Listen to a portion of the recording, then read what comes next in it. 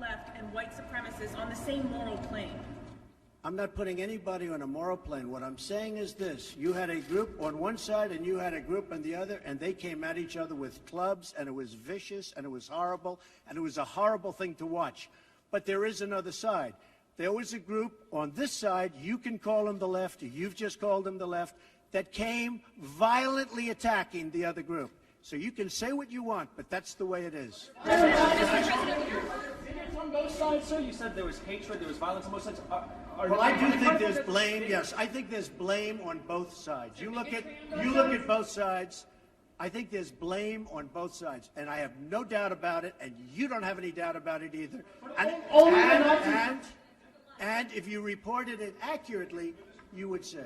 Neo-Nazis started this. They showed up in Charlottesville to protest. Excuse me, they didn't put themselves down as you, and you had some very bad people in that group. But you also had people that were very fine people on both sides. You had people in that group, excuse me, I saw the same pictures as you did. You had people in that group that were there to protest the taking down of, to them, a very, very important statue and the renaming of a park from Robert E. Lee to another name. No, George Washington was a slave owner. Was George Washington a slave owner? So will George Washington now lose his status? Are we going to take down, excuse me, are we going to take down statues to George Washington? How about Thomas Jefferson? What do you think of Thomas Jefferson? You like him? Okay, good. Are we going to take down the statue? Because he was a major slave owner. Now we're going to take down his statue.